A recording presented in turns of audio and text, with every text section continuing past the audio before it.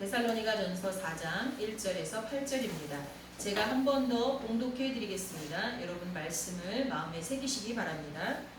그러므로 형제들아 우리가 끝으로 주 예수 안에서 너희에게 구하고 권면하노니 너희가 마땅히 어떻게 행하며 하나님을 기쁘시게 할 수 있는지를 우리에게 배웠으니 곧 너희가 행하는 바라.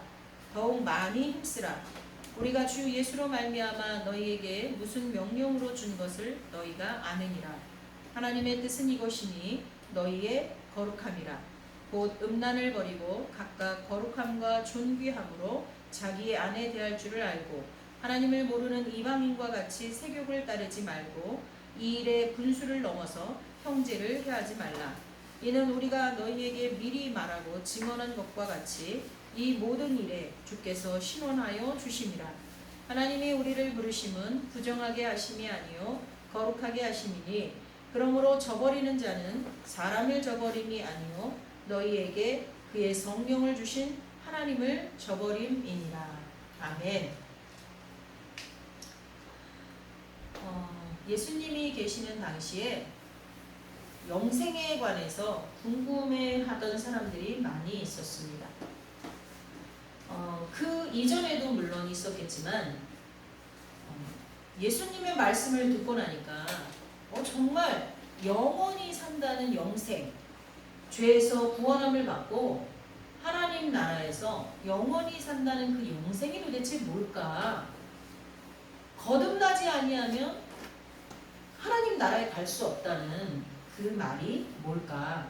사람들이 더 많이 궁금했어요. 근데 그것에 대해서 궁금해하는 사람들 중에 한 사람이 성경에는 기록되어 있습니다.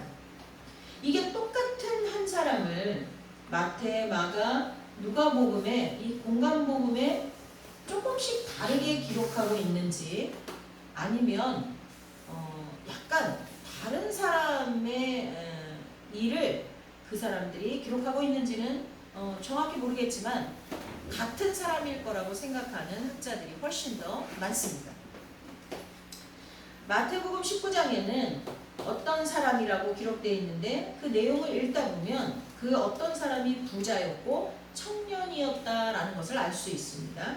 또 마가복음에는 그 사람의 신분이 나타나지 않고 그냥 한 사람이라고 되어 있습니다. 또 누가복음에는 그 사람의 신분이 드러납니다. 관리였다라고 드러납니다.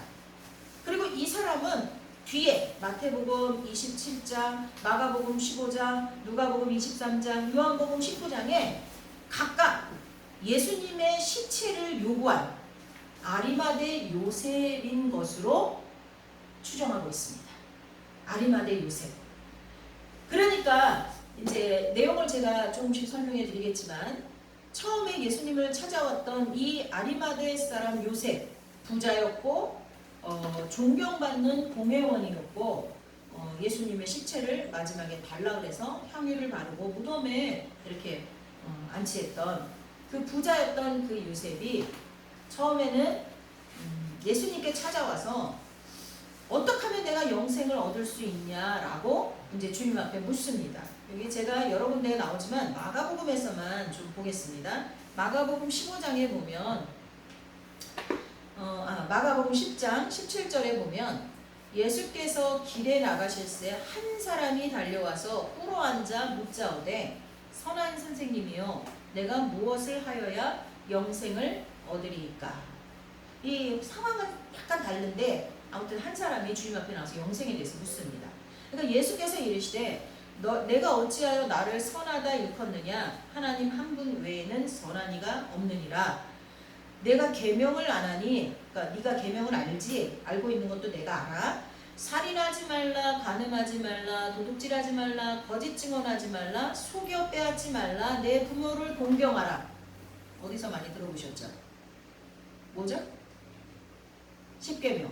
그렇죠? 이 계명을 말씀하시면서 그거 다 지켰냐라고 물어보시네요. 그러니까 이 사람이 말하기를 선생님이요 이것은 내가 어려서부터 다 지켰나이다 라고 고백을 해요. 자, 여러분 10계명 다 지키고 사십니까? 아니 10계명을 다 외우기나 하십니까? 외우시는 분도 있고 또 마음속으로 아 나는 그래도 다 지키면서 살아. 아니 완벽하진 않지만 지키려고 노력해. 뭐 등등 있겠죠. 근데 이 청년은요 정말 잘 지켰나 봐요. 정말 자기가 꿇어 엎드려 자기가 관리인데 자기가 그 유명한 공회원의 한 일원인데 목수인 나사렛 예수님 앞에서 꿇어 엎드려서 영생을 얘기할 정도면 예수님을 얼마나 존경했는지 알 수 있겠죠. 랍비로서 예수님이 메시아로서는 아직 아니지만 선생님으로서 유대인들은 선생님을 제일 존경하잖아요. 우리도 몇십 년 전까지는 선생님이 최고였죠. 근데 아무튼 꿇어 엎드려서 주님 앞에 영생에 대해 물을 정도면 정말 예수님을 존경하고 두려워했던 사람이에요. 근데 그분 앞에서 내가 어려서부터 다 지켰습니다 라고 말할 정도면 이 사람은 정말로 십계명을 잘 지켰던 사람일 거예요. 예수께서 그를 보시고 사랑하사 그 사람이 거짓말을 했다면 예수님이 사랑하셨겠어요? 이 위선자야 했겠죠. 바리새인을 야단치듯이 야단쳤겠죠. 근데 예수님이 그를 보시고 사랑스럽다. 사랑하사 이르시되 여기가 포인트입니다. 내가 한 가지 부족한 것이 있으니 야 우리는 십계명도 제대로 못 지키는데 이 사람한테는 십계명을 다 지킨 그 사람 그래서 하나님이 예수님이 너무 사랑스러워 보이는 그 사람한테 그래도 한 가지가 부족하대요. 그게 뭐냐면 가서 내게 있는 것을 다 팔아서 10분의 1만 팔아서 뭐 반만 팔아서 3분의 1만 팔아서가 아니라 다 팔아서 가난한 자들에게 주라. 그리하면 하늘에서 보화가 내게 있으리라. 그리고 와서 나를 따르라 하시니 그 사람은 재물이 많은 고로 이 말씀을 인하여 슬픈 기색을 띠고 근심하며 가니라. 그 사람이 재물이 많지 않았다면 어떻게 했을까요? 11조도요 10,000원만 드릴 때는 아니 10,000원 있어서 1,000원 드릴 때 되게 쉽고요 100,000원이 있어서 10,000원 드릴 때 되게 쉬워요. 100만원이 있어서 10만원 드릴 때는 조금씩 힘들어져요. 1,000만원 있어서 100만원 드리는 거, 억이 있어서 1,000만원 드리는 거 어렵습니다. 우리는요, 아니 억이 있는데 그까짓 거 1,000만원 못 드려? 안 그렇습니다. 가지면 가질수록 남에게 빼앗기기 싫은 것이 사람의 마음입니다. 그러니까 주님이 돈과 하나님을 겸하여 섬길 수 없다고 말씀하시지 않았겠습니까? 근데 이 청년에게 약점은 부자였다는 거예요. 근데 하나님께서는요, 십계명을 다 지킨 그 청년에게 너 있는 거를 다 팔고 와라야. 너가 한 가지가 부족한데 네가 갖고 있는 걸 다 갖고 있는 거. 그게 너한테 부족해. 다 팔고 와. 이렇게 말씀하십니다. 여러분, 쉬웠겠습니까? 근데 마지막 성경의 뒷부분에 보면 그 사복음서에서 동일하게 이 사람이요 자기 목숨을 걸고요 일반인도 아니고 관리였던 바리새인이었던 이 사람이 예수님의 시체를 내놓으라고 빌라도에게 말해요. 그러니까 어떻게 됐다는 거예요? 다 예수님을 3년 동안 쫓아다녔던 제자들은 다 도망갔는데 오히려 예수님 앞에 나왔다가 한 가지가 부족하니까 그거 다 팔고 와 그랬는데 거기에 시험 들어서 그냥 돌아갔던 그 청년은 변했다는 거죠.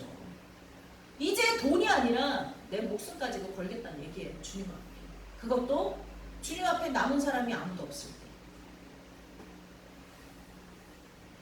돈이 많을 땐 친구가 많아요. 주변에. 근데 돈이 없으면요. 친구들이 다 사라져요. 내가 명예가 있을 때는요. 내 옆에 빌붙는 사람이 많아요. 근데 그게 없어지면요. 다 도망가요. 근데 지금 예수님 어떻게 됐어요? 아무리 죄인이라도 사람만 계시면 예수님께 능력이 있는 걸 많은 사람들이 봤잖아요. 그러면 붙어있는 사람이 좀 있을 수도 있어요. 아무리 매를 맞고 막 그래도 사람만 있으면 예수님이 뿅 하고 다시 자기 몸도 치료하고 죽은 자도 살렸던 예수님이 어떻게 되겠지 하고 남아있을 수 있어요. 근데 지금 어떻죠? 예수님 죽으셨어요. 근데 그때 남아있던 사람이 누구예요? 이 아리마대 요셉이에요. 그 한 가지 부족한 것을 능히 채우고 남음이 있었을 것입니다. 그리고 여러분 그 한 가지 부족한 게 뭘까요? 사실 진짜 주님이 그 돈 때문에 돈 다 팔고 오라고 했을까요? 계명을 다 지켰던 사람에게 부족하다고 한 거. 그 한 가지가 뭘까요? 바리새인들도요, 이 청년처럼요, 진짜 계명을 잘 지켰어요. 근데 이 독사의 자식들아, 이 위선자들아 이랬거든요.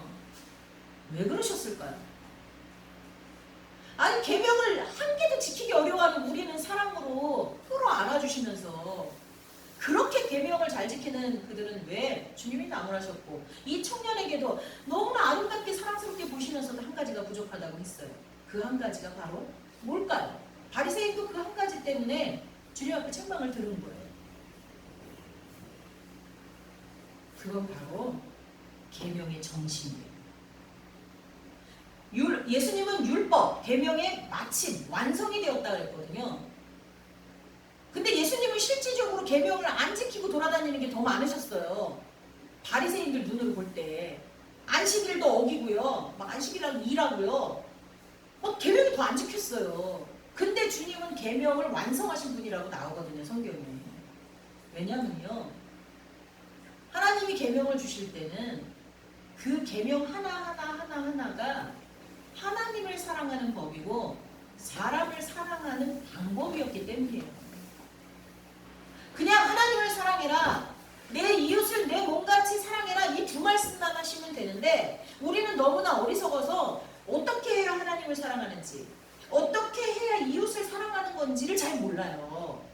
그래서 하나하나 찝어서 가르쳐 주신 게 뭐예요? 십계명이에요. 그리고 그 십계명을 좀 더 세분화한 게 뭐예요? 율법이에요. 구약에 나와 있는 율법들이에요. 그럼 진짜 중요한 게 뭐예요? 그 계명을 주신 이유잖아요. 안 그렇습니까? 근데 바리새인들은요, 그 계명을 주신 이유를 못 찾아낸 거예요.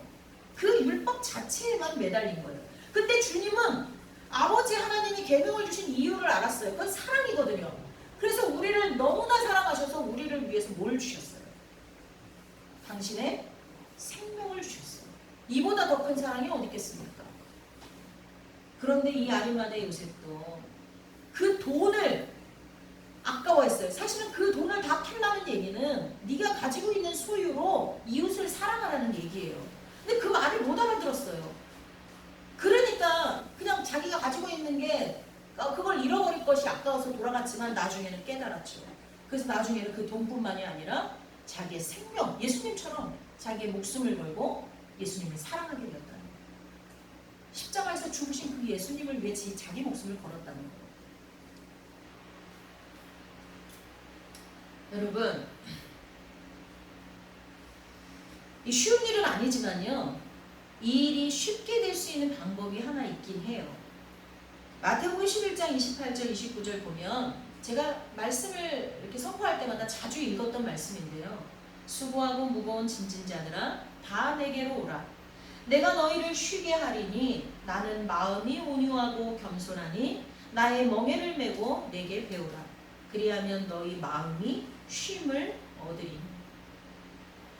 주님의 요구가 아무리 어려워도 이 말씀을 기억하면 할 수 있어요. 어떤 말씀이냐? 나의 멍에를 메고 내게 배우래요.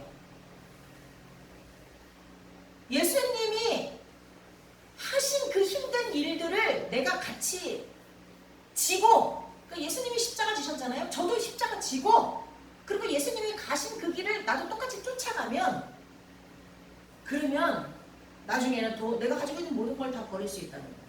내 생명까지 내놓으며 주님을 사랑하고 이웃을 사랑할 수 있게 된다는 거예요. 주님은 스스로 말씀하세요. 당신은 온유하고 겸손하다. 온유하고 겸손한 예수님을 내 마음에 모셔야 돼요. 내 삶에 모셔야 돼요. 저에게 가장 부족한 것이 있다면 온유함인 것 같아요. 너무 온유함이 부족해요. 온유함이란 뭐냐면요, 그냥 부드러움이 아니고요, 자기 자신한테는 철저하고 남한테는 관대한 거예요. 그러니까 나는요, 철저하게 하나님 말씀을 지키려고 애써야 돼요. 그렇지만 다른 사람이 그렇게 하지 못하는 것에 대해서는 불쌍하게 여길 줄 아는 것, 그게 온유함이잖아요. 근데 저는요, 저 자신한테도 철저하려고 하고 남한테도 철저하려고 해요. 남이 옳은 일을 행하지 못하는 것에 대해서도 저는 막 되게 냉정하고 철저하고 심판하고 정죄하고. 오해감이 너무 부족해요. 근데 주님은 그렇지 않으셨어요. 자기 자신은 잠잘 시간도 없이 하나님의 말씀에 순종하며 복음을 전하고 먹을 것이 없어도 하나님 뜻대로 살았지만 다른 사람들에 대해서는 한없이 너그러우셨어요. 그 예수님을 우리의 삶에 모시고 동행하면서 매 순간 그분이 걸어가신 길을 따라가면 더러운 욕망으로 들끓던 우리의 마음에 참 평안이 찾아오고 예수님이 우리에게 하시는 그 마지막 요구조차 우리가 행할 수 있게 될 줄 믿습니다. 자, 이제 본문으로 돌아가겠습니다. 이 데살로니가 교회에도 주님께서 사도 바울을 통하여 한 가지를 더 요구하십니다. 자, 데살로니가 교인들은요, 지난주 말씀을 통해서 알려드렸지만 사도 바울이 제2차 선교 여행 중에 잠깐 들려서 몇 달만 복음을 전하고 거기에 있는 유대인들이 반란을 일으켜서 도망갔었어요. 딴 데로. 그러고 나서 바울이 자기가 전한 복음이 뿌리를 내리지 못하고 흔들릴까봐 너무 애타하다가 나중에 자기 제자 디모데를 보내서 상황을 파악해보니까 자기가 걱정했던 것이 괜한 것이었다는 걸 알게 되었죠. 이 데살로니가에서 말씀을 들었던 그 교인들은 어떻게 했어요? 서로 상대를 사랑해서 사랑의 수고를 했고요. 그리고 다시 오실 예수님에 대한 철저한 소망을 가지고 지금 이 박해와 곤란과 모든 고통을 참아내고 인내하고 있었어요. 얼마나 기뻤는지 몰라요. 그래서 바울이 얘기해요. 내가 기도할 때마다 너희들의 믿음 때문에, 너희들의 사랑 때문에, 너희들의 소망 때문에 내가 감사함으로 기도한다. 이렇게 말했어요. 저도 여러분의 믿음과 사랑과 소망이 너무나 풍성해서 저도 여러분을 위해 기도할 때마다 내가 저절로 감사가 나왔으면 좋겠어요. 그런데 그런 교회를 향해서 한 가지가 부족하다고 말씀을 하세요. 그것이 뭐였죠? 기억하시는 분.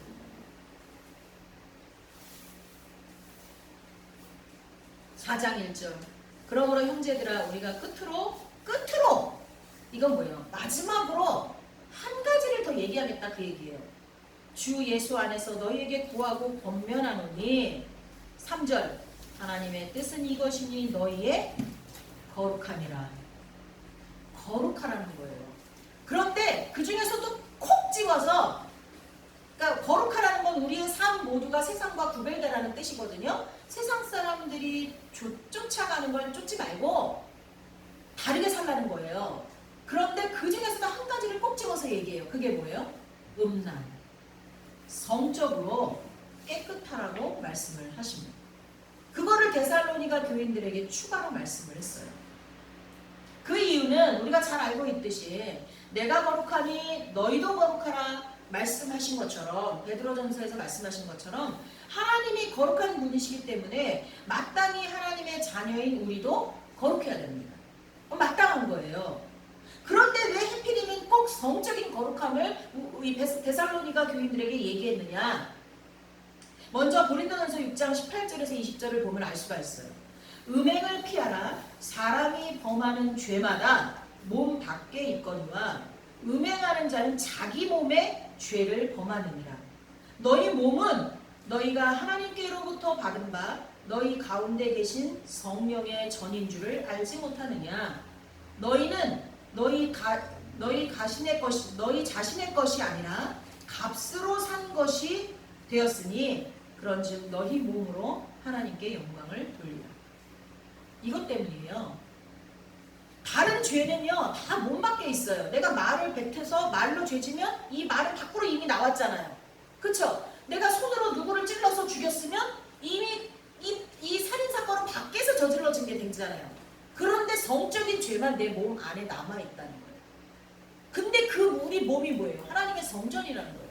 그렇기 때문에 이 성적인 죄는 특히나 더 저지르면 안 된다라고 성경이 강조를 하고 있는 거예요. 그리고 또 하나는요, 로마서 12장 1절에 보면 그러므로 형제들아 내가 하나님의 모든 자비하심으로 너희를 구하노니 너희 몸을 하나님이 기뻐하시는 거룩한 산 제물로 드리라. 이는 너희가 드릴 영적 예배니라. 자 보세요. 여기서 몸은 우리의 육체를 가리킨다고 보기보다는 우리의 삶 전체를 아우른다고 보는 것이 더 정확합니다. 그래서 너희 몸을 산제물로 드리라는 것은 너희가 예배당에 나와서 예배하는 것만 예배라고 생각하지 말고 너희 삶에서 하나님의 말씀에 꿇어 엎드려 순종하는, 하나님 말씀대로 사는 그런 삶의 예배를 드려라 라는 말씀이 이 본문의 정확한 해석입니다. 그럼에도 불구하고 인류의 역사를 보면 하나님께서 성적으로 문란한 나라나 민족을 그냥 두신 적이 한 번도 없어요. 성적으로 타락한 나라나 민족을 하나님이 반드시 치셨어요. 여러분 역사서를 다 찾아봐도 좋아요. 선사시대부터 구석기 때부터 다 보세요. 어떤 나라든 어떤 제국들도 그 나라와 제국이 망할 때 보면, 아니 가정까지도 보면 성적으로 극도로 타락했던 때임을 알 수가 있습니다. 로마 제국이 얼마나 번성이 튼튼했어요. 번영했어요. 근데요 로마가 망했어요. 왜? 로마의 성적 타락 때문에 망했어요. 이건 역사가들이 기록하고 있어요. 로마는요 유명했던 게 뭐죠? 목욕탕, 신전, 엄청 유명했어요. 지금도 그 터들이 남아있잖아요. 근데 신전에서 어떤 일이 벌어졌는지 우리는 다 알고 있어요. 신전에 가서 예배를 드리는 이방인들은 신전에서 일하는 사제들, 여사제들과 성적 관계를 가져야만 예배가 됐어요. 그게 아예 예배 순서였어요. 얼마나 곤란했겠습니까? 모든 그 시대의 로마에 속해 있는 나라들의 사람들이 그 이방신을 섬길 때는 거기에서 일하는 여사제와 성적 관계를 맺으면서 예배가 시작되는 거예요. 지금도 타락한 이단들, 아니 타락한 이단이 아닌 그냥 목사님들조차도 그것을 빌미로 여성도들과 성적인 관계를 요구하는 경우도 있어요. 물론 복음적인 교회의 목사들은 절대 그렇지 않지만 이 복음이 잘못된 교회의 목사들은 너가 나와 성적인 관계를 맺어야 예수님과 하나가 되는 거야 이렇게 말하는, 통일교회 문선명이 대표적인 사람이죠. 젊은 처녀들을 다 첫 순결을 나한테 바쳐야지만 네가 예수님과 하나 된다 해서 완전히 통일교 문선명이 그렇게 했던 사람입니다. 저 지옥 밑바닥에 갈 사람이죠. 그리고 목욕탕 안에서도 뭔 일이 일어났어요? 다 성적인 문란한 관계들이 일어나고 있었습니다. 로마가 망하지 않을 수가 없어요. 그래서 로마에서 그래도 좀 생각이 있는 사람들은 누구를 아내로 맞이했냐? 기독교인을 아내로 맞이했어요. 빌라도의 아내도 누구였다고요? 기독교인이었어요. 왜? 이들은 알고 있었어요. 기독교인은 거룩하다.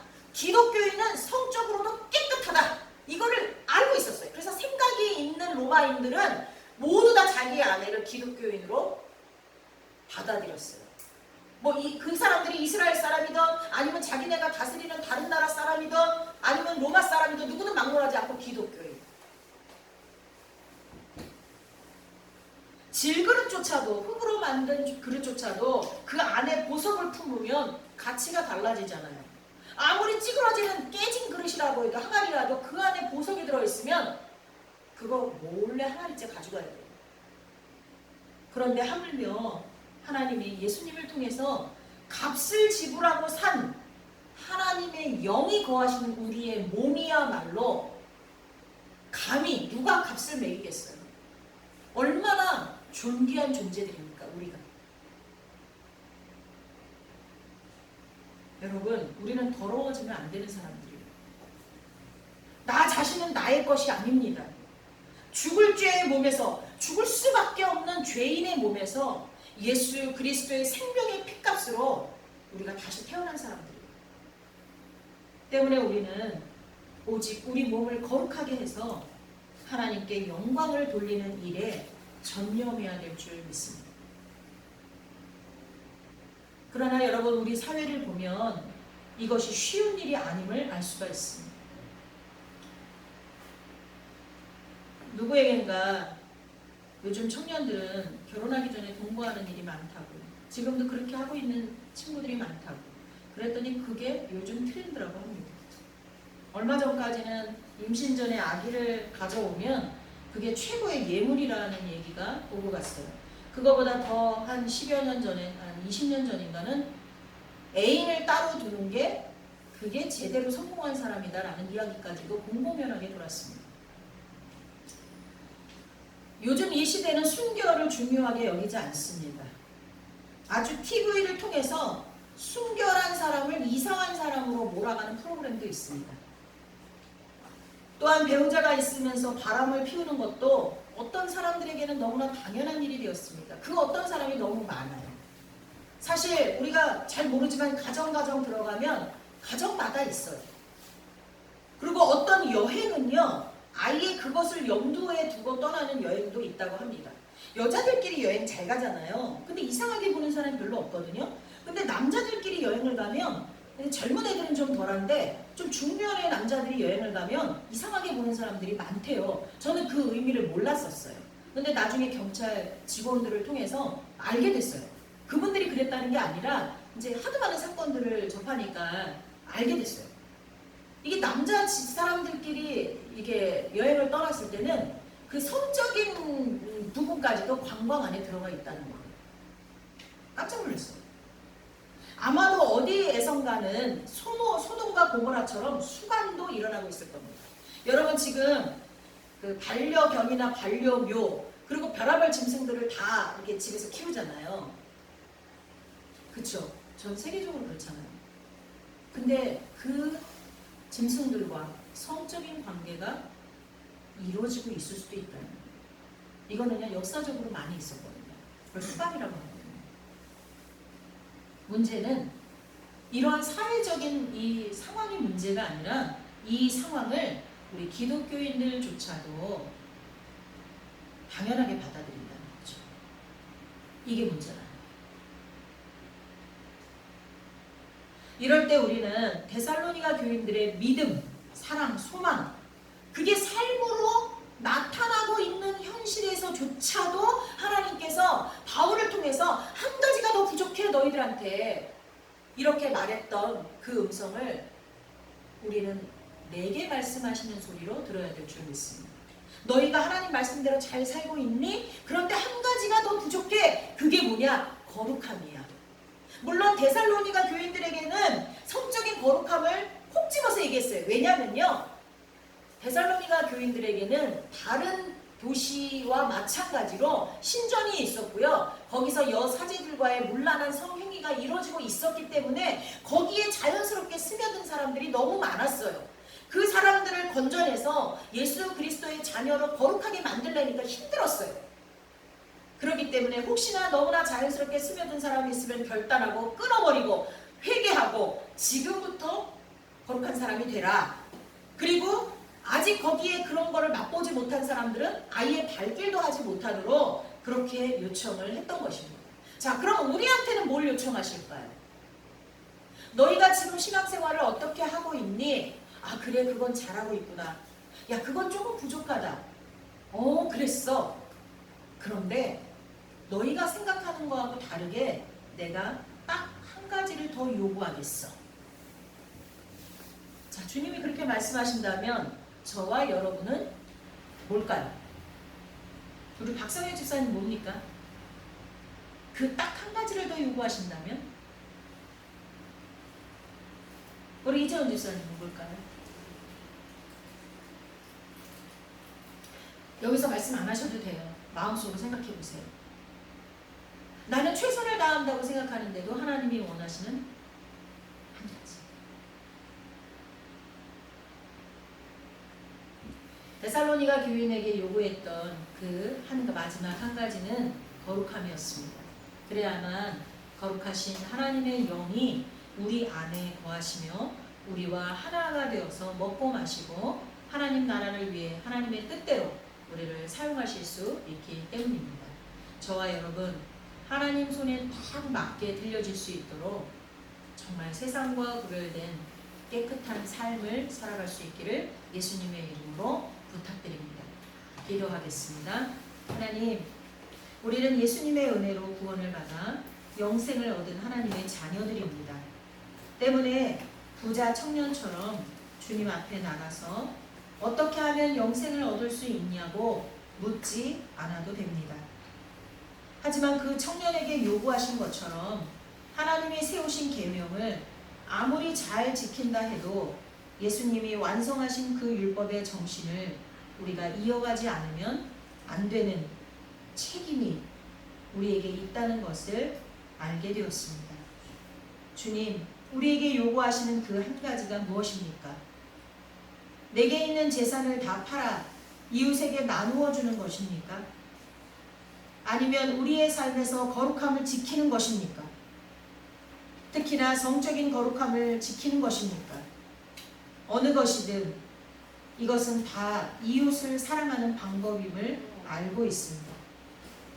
하나님을 진심으로 사랑한다면 우리의 가족도 이웃도 사랑하게 될 것이고, 그러면 당연히 거룩한 삶을 살아감으로 이웃의 행복도 지켜주게 될 것임을 알게 되었습니다. 주님의 말씀에 대한 순종이 곧 하나님을 사랑하는 방법이고 이웃을 사랑하는 방법임을 확실히 깨달았습니다. 오늘은 특별히 데살로니가 교인들에게 요구하신 성적인 거룩함을 내게도 요구하심을 믿고 그러한 삶을 평생 살 수 있도록 인도해 주시길 예수님의 이름으로 간절히 기도하옵나이다. 아멘. 이제는 우리 주 예수 그리스도의